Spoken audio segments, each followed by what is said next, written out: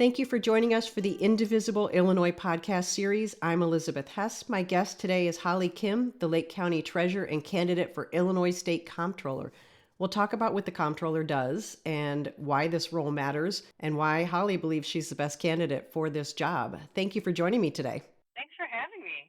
Let's start off by having you tell me a little bit about yourself. Where would you say that you grew up and attended school? Give me some of your background. Oh gosh, I've been all over. So I grew up in the north side of Chicago by Central Park and Montrose. And back in the 80s, this was like the heyday of Koreatown. My parents had a small business on Lawrence. That was a Koreatown. And it was called Tim's Business Systems. And what was kind of interesting and unique about it is my dad sold copiers, typewriters, cash registers, CCTVs, basically anything you'd need for business.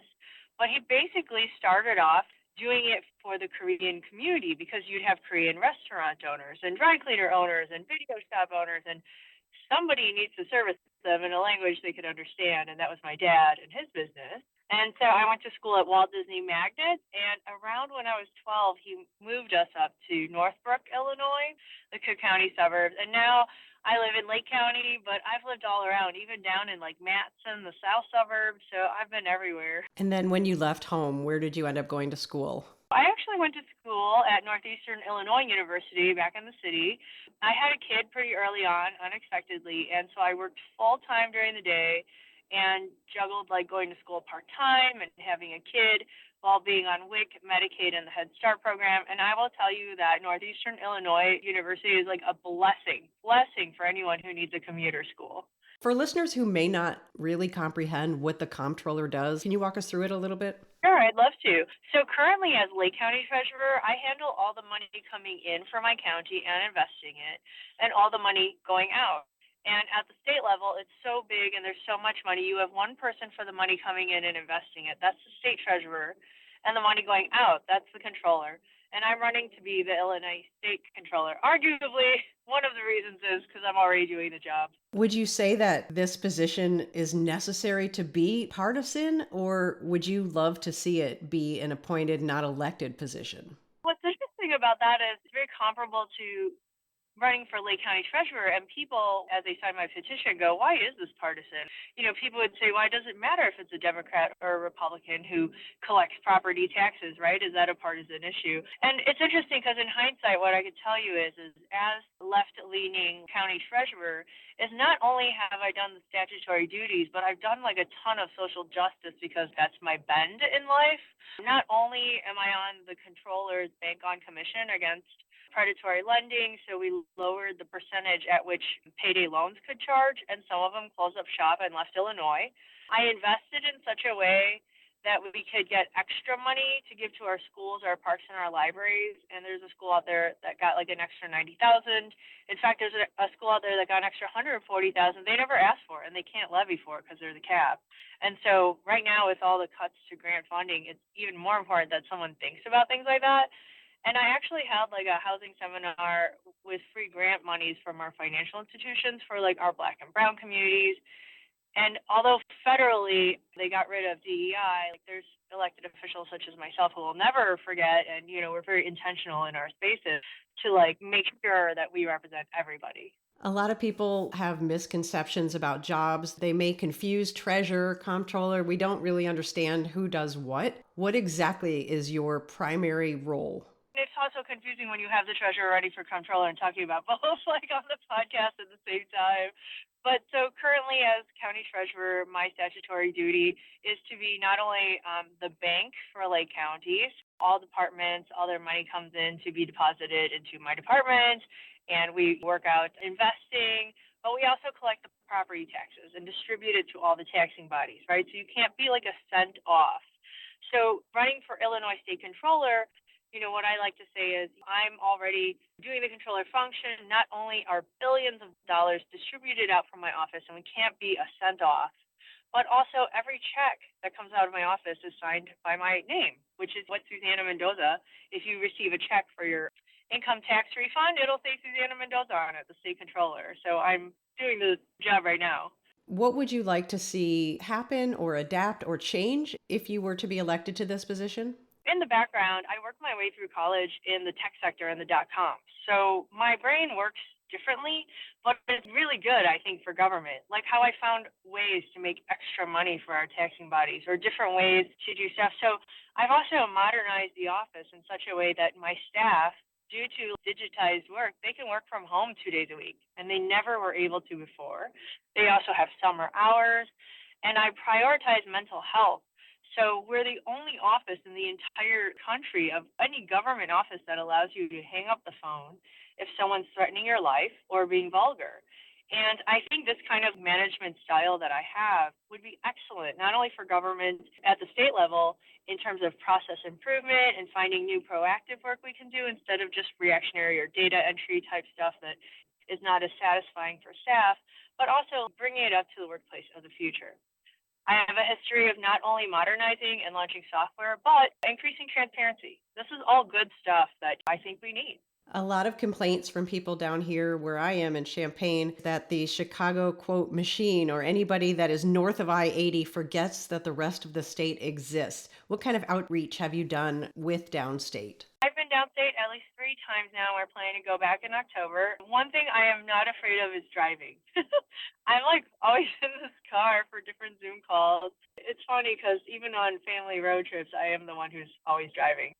There's something very calming about staring at the horizon, and it defragments my brain. But as someone who not only has chickens and goats and fruit trees, I connect very well with all of Illinois, central, rural, suburban, and having grown up in the city, the urban part as well. I do think I am like a mishmash of all my life experiences, but that helps to connect very well and traveling around. So we've been to Champaign, Urbana several times and hosted events there, and out west in Rock Island, and we're going to St. Clair this weekend. So yeah, we'll be all over. You've worked in the city, you've worked suburban, you've worked in rural communities. How do you connect with voters from such different backgrounds? When I talk to my campaign manager, I say everybody and every demographic and every age bracket like fits into Team HK. If you look at, the brand feel of different candidates who are running, ours is one that is a huge tent and welcomes all sorts. Not only do I champion like the social issues of the left, I am a woman who's had an abortion, I have had IVF, I have a child who is trans. I literally live the value. It's not a bullet point for me. It's like my life. But I also hunt and I fish and I garden. I live off my land. And I'm publicly Christian left like Talarico from Texas. And so I think there's some sort of landing place for everybody in Team HK.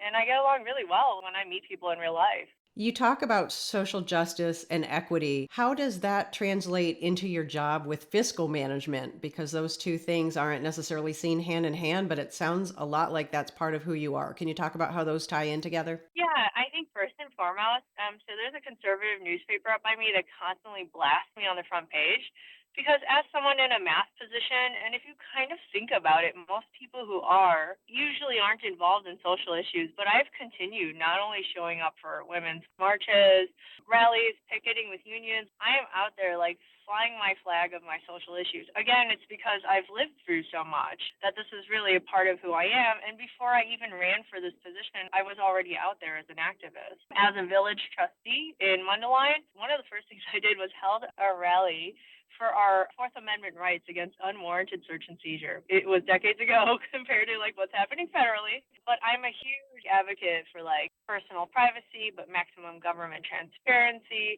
And I will tell you that one of the things as village trustee that I negotiated was when they wanted license plate readers, the software company that was giving the license plate reading software was giving us the software for free if we gave them the data.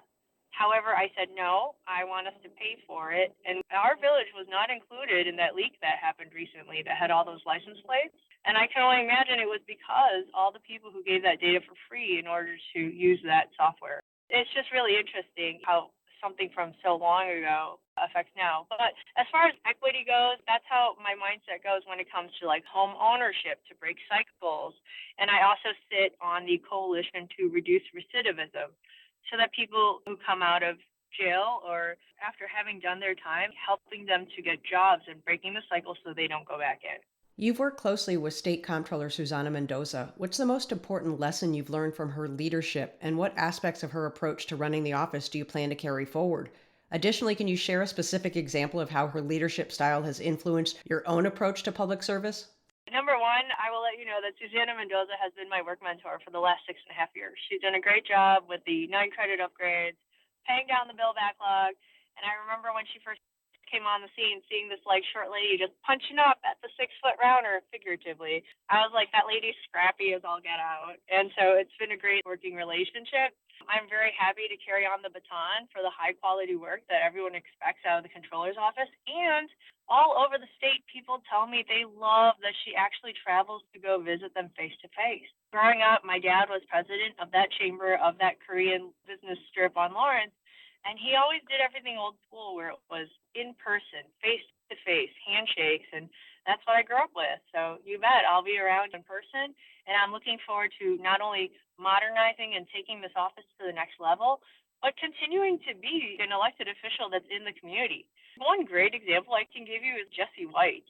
He loved doing the job, and he would show up at everything, but especially like Filipino folk dances where they slam the bamboo on the ground. He actually did the Filipino dance. I was so impressed. Just being a good person that's in the community, right? Agreed. I want to circle back to something you brought up earlier. Is this true that you ran for office over the issue of backyard chickens? Is there really a story there? That's the lore. In 2012, I wanted chickens, and I actually attended as a normie to all these village board meetings where other people tried to have chickens. I took notes because number one, they always said, "Oh, it's a crazy chicken lady," and they're like, "But the noise, but the smell, but the disease." By the time it came to my village, I made sure to go up there with a bunch of guys and call it an advocacy group. And then we had chloroplast boards with data that said poop in grams, clucks and decibels versus dogs and cats and zoonotic diseases. If anything, it looked like a case to ban dogs and cats. When they voted no on the chickens, my brain kind of exploded, and I was like, wait, is government not about facts and logic? And so my friend and I went to have a beer afterwards, and I was like, this is just a numbers game up there. And if you and I were up there, we'd vote yes on not only chickens, all these new businesses that they turned down. Like, we should run for office. And we clanked our beers and we ran for office. With the budget so tight now and you having all of these ideas of how to move the office forward, what are some of the ways that you would like to modernize the office? AI is everywhere. Do you plan to use that? And how do you plan to modernize the office? Modernization could look like lots of different ways. Since I am from the .com sector, I do think it is one of my specialties. One of them is just process improvement so that it flows smoother. If somebody left a government office and their job got split up to like 6 different people, and now they're doing things that may or may not make sense in the process flow, this is something they normally do if it's like supply chain. But anyway, not to nerd out too much, I would love to do a process map to like help the flow of work. Number two, I would love for the staff to do more proactive work instead of the reactive work. Again, for mental health, also because it's like, what else could this office additionally do, right? One of the proactive things that this office does, but they don't have like a whole bunch of people for it, is fight for a prevailing wage around the whole state of Illinois to make sure government contracts are paying the state prevailing wage. And I think there's only 2 people. That's not enough for the whole entire state of Illinois. So that's a proactive job right there. The other proactive job that they do is they contact local municipalities and say, hey, we sent you these checks and you haven't cashed them yet. Would you like us to reprint them? That's more proactive, right? And it helps the municipality. But I will tell you, like on the nerdism, if I can go granular, because I do work with the controller's office currently, it'd be great if we could use DocuSign or some sort of thing like that, at the state level, because we can close houses entirely on DocuSign right now. So it'd be great if our state government was there. And then secondly, when I receive wire transfers from bank, there's a lot of details. But when I receive wire transfers from the state, there aren't, which tells me they're using an older mainframe system. That's like the nerdly, techie updating stuff. I would love to do that. But the other modernization is like the workplace of the future. What are we doing to prep for like younger people who expect different kinds of workplaces than what I grew up with, right? And that's a different kind of soft modernization that I'm looking forward to doing as well. What do you think is the most important part about what people need to know about you to set you apart from your primary opponents? That's a twofold question. Number one, in that I think the experience definitely matters. I think having that different kind of brain that thinks outside the box If there's a way to do something, I'm going to find it. Whether that's trying to save money. We did all of our modernizing in my office currently using the same budget. We've been under budget every single year. The other thing that I want to time out, there really isn't any question on whether I could do, quote unquote, the job. Let's talk about the future of the party or Democratic Party or even left leaning spaces. I really want to point out loud that all those candlelight vigils for Charlie Kirk were Turning Point USA recruitment vehicles. And if I could point that out for a second, then the question becomes, what are we doing on our side? Who are the young faces that we are propping up? Because if they're recruiting with those people giving the eulogy, then what are we doing on our end so we're not flat-footed, right?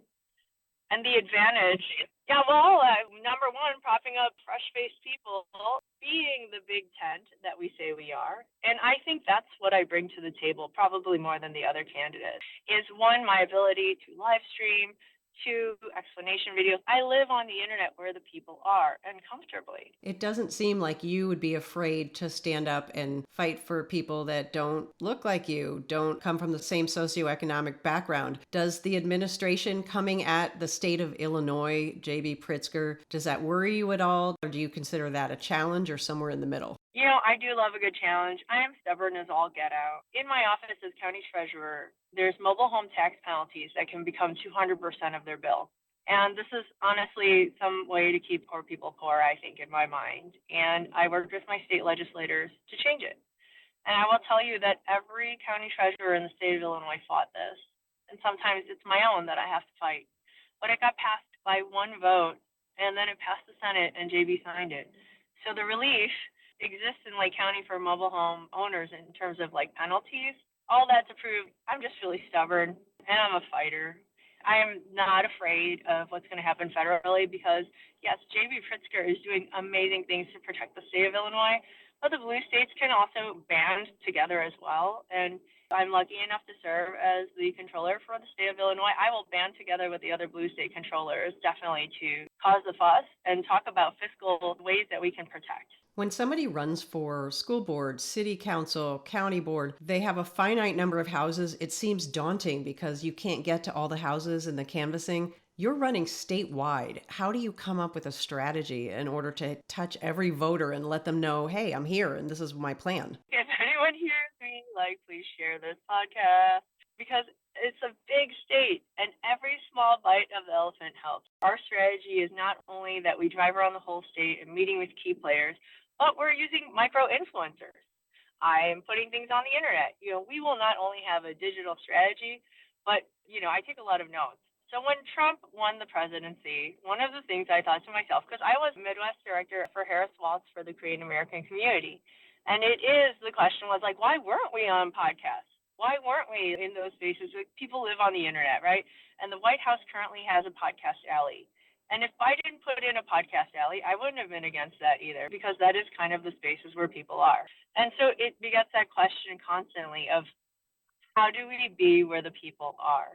And to adjust for that, even our elected officials need to be where the people are. And it's changed. What if somebody's listening and they say, you know what, I have never done this before, or I've been doing this for decades, and they want to get involved in your campaign? Where should somebody start with your website, social media? What's the best place to get in touch with you? First of all, I'd be like, I love you. Thank you so much. And secondly, all handles are @vote for Holly Kim, whether it's on Facebook, Instagram, TikTok, it's all @vote for Holly Kim, and our website is also Vote for Holly Kim. Sign up to be a volunteer. We have different kinds of volunteering you can do. We have data nerd volunteering. We have going out and being social volunteering, and sometimes, honestly, wearing a t-shirt and just showing up to an event to represent us, great. Everything's a blessing. One more question before I let you go. If your kid could describe you in just a couple of words, how would you be described? I have 4 kids, and they're 21, 19, 17, and 7. So I'm going to guess if all 4 of them, consensus, they'd be like, Mom is a hard worker. That's what they would all say. Thank you for listening to this episode of the Indivisible Illinois podcast series. A big thank you to Holly Kim for joining me today. If you want to reach out to her campaign, give me your website again. VoteForHollyKim.com. Thanks again for joining me, Holly. Thank you, Elizabeth. Thanks for having me.